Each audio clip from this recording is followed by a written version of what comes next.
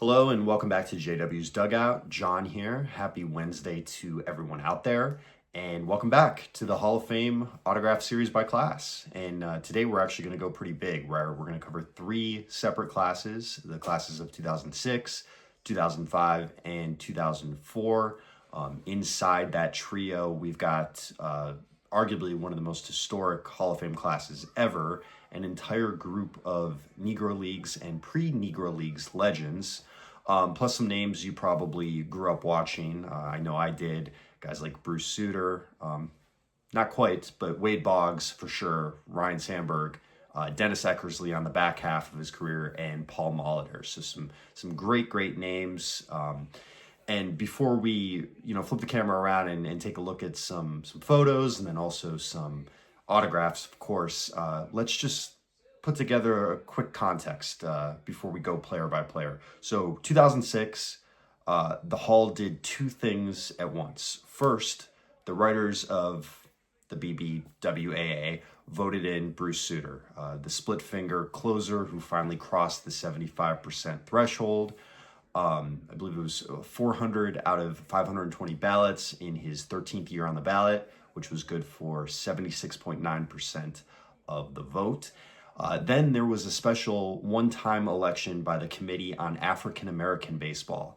And that committee studied 94 candidates. And what they did is they narrowed it down to 39 individuals and then selected 17 Negro Leagues and pre-Negro Leagues players and executives. It ended up being the largest single Hall of Fame class ever, 18 total inductees, and it also included the first woman ever elected, Newark Eagles co-owner, Effa Manley. A lot of you have probably read about her in baseball history books. Of course, she was mentioned in Ken Burns' doc, Baseball. And then in 2005, the BBWAA went 2 for 2 on big names.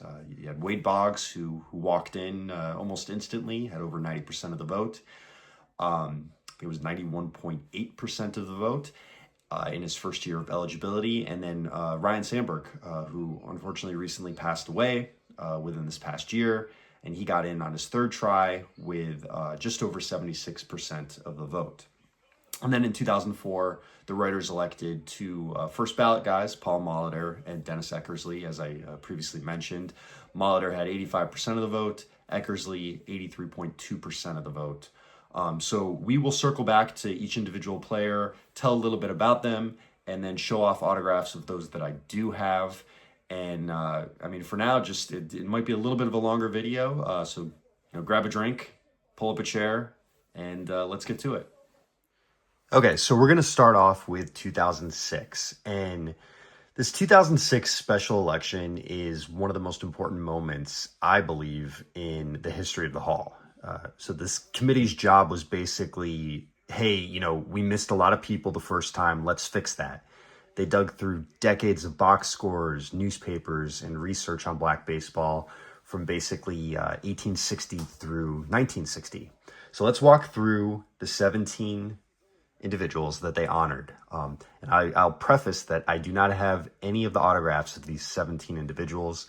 They, in most cases, are pretty rare autographs, pretty pricey autographs.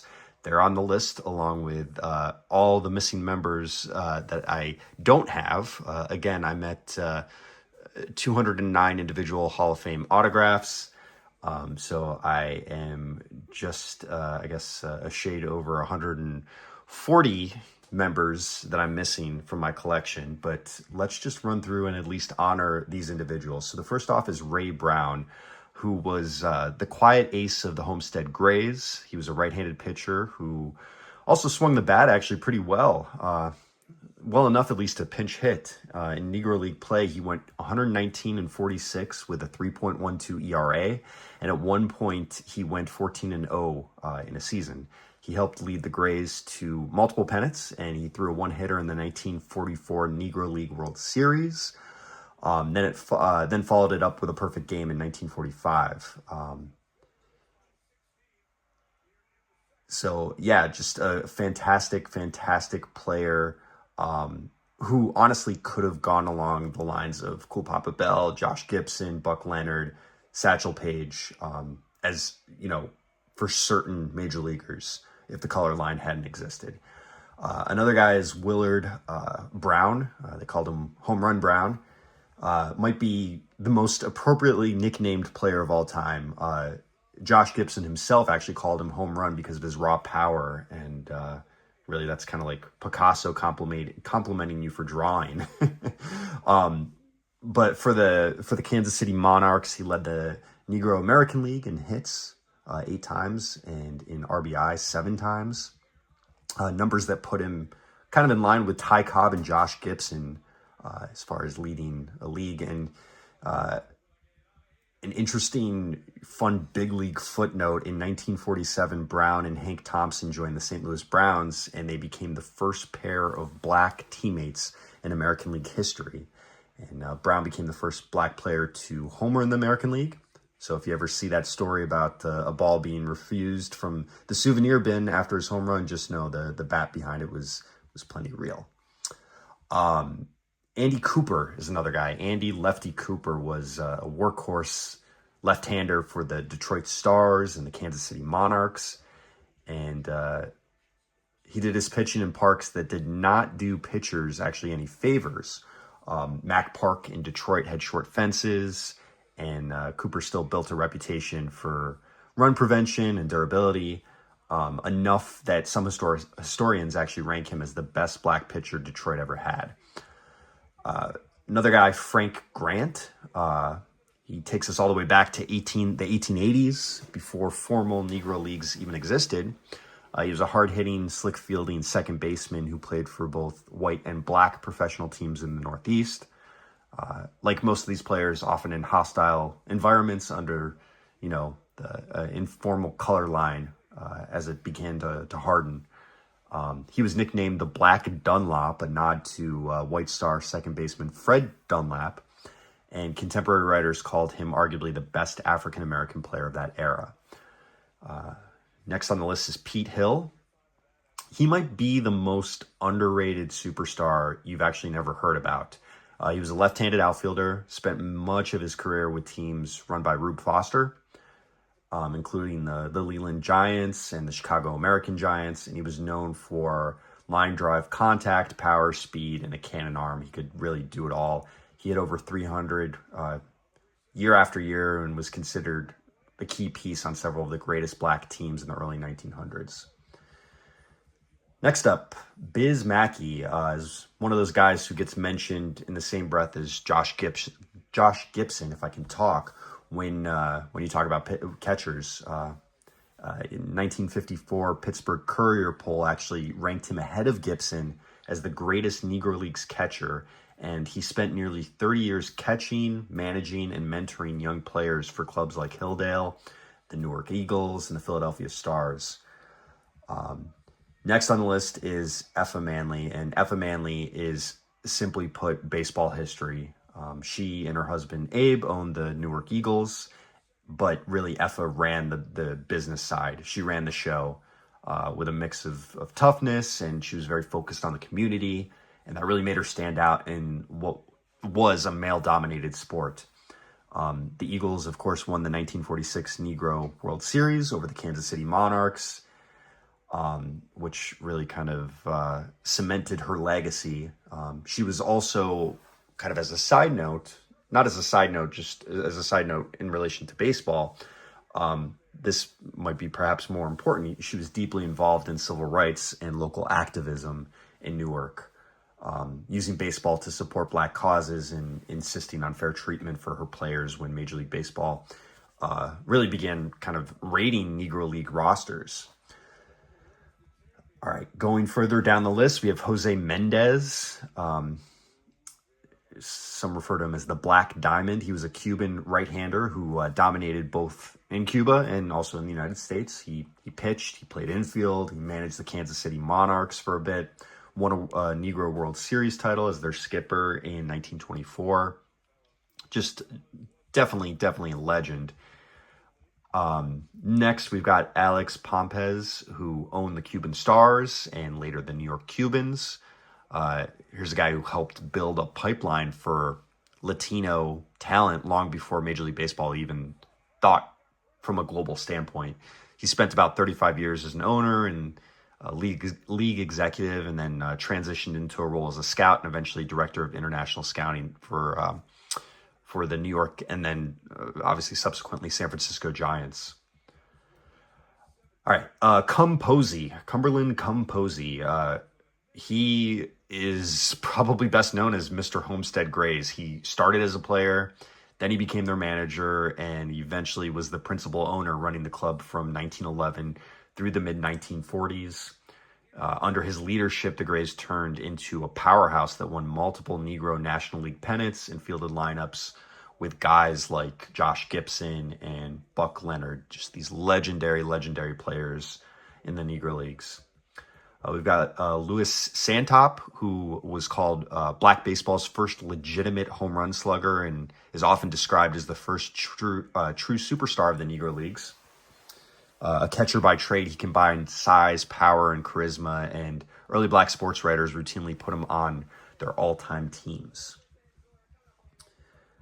All right, moving further down the list, Mule Suttles might be the purest power bat in this entire class. He played first base and left field, hit around .330 for his career, and swatted close to 200 home runs, at least home runs that were recorded, along with a ton of doubles and triples. Just a terrifying figure at the plate. Ben Taylor, another guy who's a smooth first baseman and a respected teacher of the game.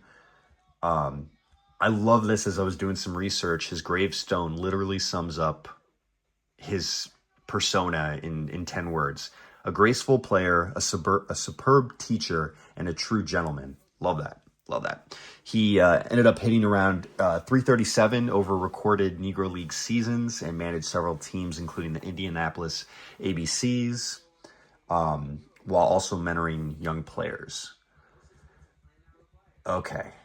Moving further down the list, we've got, and I want to make sure I get this right, my Spanish is a little rusty, but we have Cristobal Torrante, and he's one of the players where managers literally said, there walks a ball club when he walked down the street. He was just a tremendous left-handed outfielder. In Cuba, he hit .340 in recorded Negro Leagues play and about .352 in Cuban Winter League, which is just absurd. Amazing batter. There was Saul White, who was a pioneer in so many ways. It almost feels unfair to kind of limit him to one title. He was a player, he was a manager, he was an executive, one of the first historians of black baseball. Actually, in 1907, he wrote Saul White's official baseball guide, and that was the first full history of black professional baseball. Just an amazing feat. All right, rounding out the list, we've got two other individuals remaining here. We have J.L. Wilkinson is one of the few white executives in this group and a crucial ally in Negro Leagues history. He founded the All Nations team, and then the Kansas City Monarchs, and helped organize the Negro National League in 1920. His Monarchs won 10 league pennants and 2 Black World Series. And then we've got Judd Wilson, who was a left-handed hitter who played third base and first base, and his recorded career average in Negro League play is right around .350. Won 2 Eastern Colored League batting titles and later helped the Homestead Grays to World Series titles in the 1940s.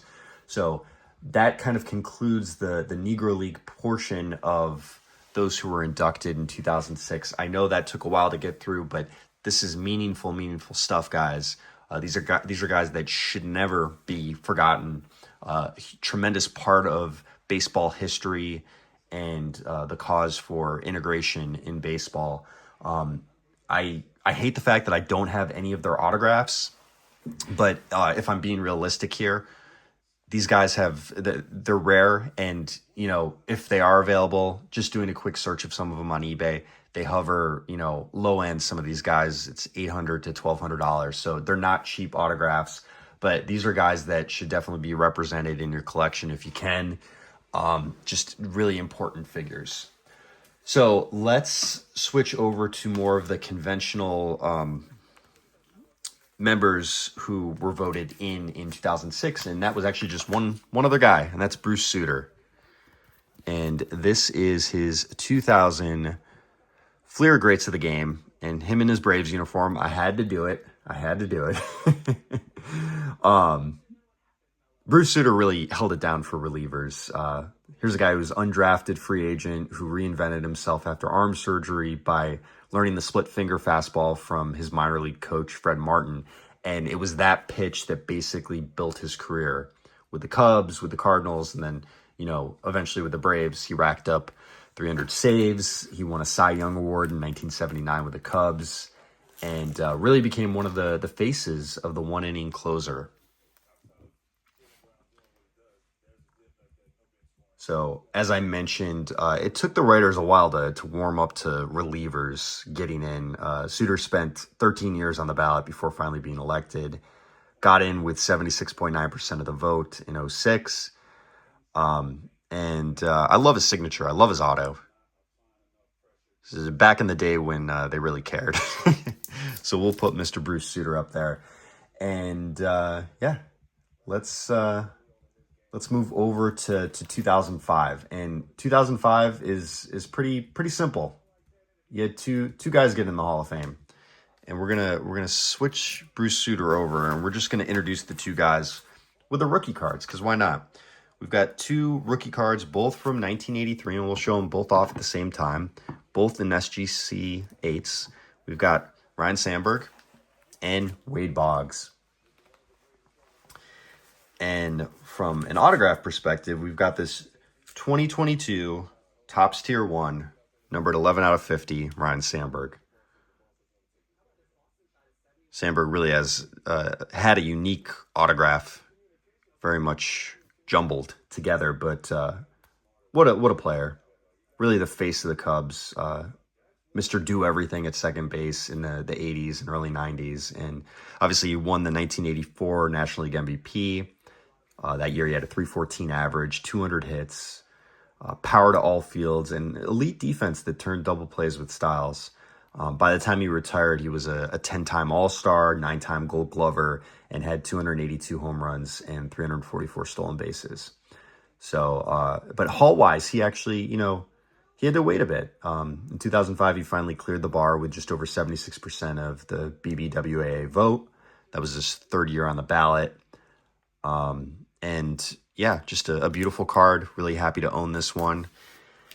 And then we'll switch over to Wade Boggs, the man who really led the way for this class. And some might call him kind of the patron saint of line drives down the left field line. What an unbelievable hitter. And this is, of course, just an iconic set, the 2001 Fleer Greats of the Game. This is a set that I've been on and off again, going full force into collecting. Happy to have this Wade Boggs auto. But what can you say about Boggs? I mean, over 18 big league seasons, he piled up over 3,000 hits, 328 career average, over 400 on base percentage, 5 batting titles in 6 years during the 1980s. I mean, it just goes on and on. The 12-time All-Star, just incredible, and really cruised into the Hall. I think it was just over a shade over 91% of the vote. And beautiful auto. I love his auto, especially on this, him in his Red Sox uniform. And it's always good to hear how gracious he is with fans. You hear all the stories of, the Boggs fan club and everything, and everything that he does for the card community too. So really, really happy to own that. And of course, I can't mention Wade Boggs without mentioning It's Always Sunny in Philadelphia, because if you know, you know. All right, let's switch over to our last class of this video, because I don't want this video to go tremendously long, but the 2004 class, headlined by Dennis Eckersley and Paul Molitor, if I can talk here. All right, we'll start off with Eck, and this is his 2021 Topps Tribute out of 150. Dennis Eckersley is a gracious signer. This is him in his athletics uniform. Has a beautiful, beautiful signature. And he had one of, I would say, the greatest reinvention stories in baseball. Started out as a frontline starter throwing a no-hitter for Cleveland, making all-star teams, and then he was later converted into a dominant closer with the A's. In 92, he went 7-1 with a 1.91 ERA and 51 saves. And he walked only 11 batters that season. Crazy. Ended up winning both the American League Cy Young Award and the MVP award. And the Hall of Fame voters saw a guy who had impact in two different roles, much like my guy, John Smoltz. And they put him in on the first ballot with over 83% of the vote. And, I mean, what can you say? This is just a beautiful, beautiful card, and really happy to have X autograph in my collection. All right, our last guy for this video is Paul Molitor. And this is the 2023 Topps 5-star. We're going back to the 5 stars. This case is not great. I need to switch this out because there's some tape residue here, some gook on there. But I love this design. It's a little showy, but man, is there any set that best encapsulates Hall of Famers like 5-star? I absolutely love it. You got on the back here the 5-star career, the 2004 Hall of Fame inductee, first ballot, lone man with 3,000 hits, 600 doubles, 500 stolen bases, 200 home runs. He posted a 39-game hit streak in 87, 3-time American League leader in knocks, 359 career average in postseason play, 29 games. And just a very clean signature. And yeah, just two guys who were elected first ballot. And yeah, I mean, it doesn't get much better than Hall of Famers. So with that is a quick tour of these three classes. Got a nice stack of autographs. I know this video was a little bit unconventional in a sense that the bulk of those players that I talked about, I actually didn't have their autographs. It's rare for me for this series, but it's a special class of 2006 that finally brought a wave of Negro Leagues and pre-Negro League legends into Cooperstown, of course, along with Bruce Sutter and the Splitter. You've got 2005, the duo of Wade Boggs and Ryne Sandberg, and then the 1-2 punch of Dennis Eckersley and Paul Molitor, both first ballot guys with some long and complicated journeys. I didn't really touch on it, but you can do some research yourself. Eckersley, who battled with alcoholism, and Molitor with some family issues, but just some unbelievable players. If you enjoyed this video, let me know in the comments which of these players you looked up to, who were some of your fan favorites, and if you have any of their autographs, love to hear it. So thanks for stopping by the dugout for this episode, and feel free to like, subscribe, and share, and we'll catch you next time for another Hall of Fame class and some autos. All right, have a good night, guys.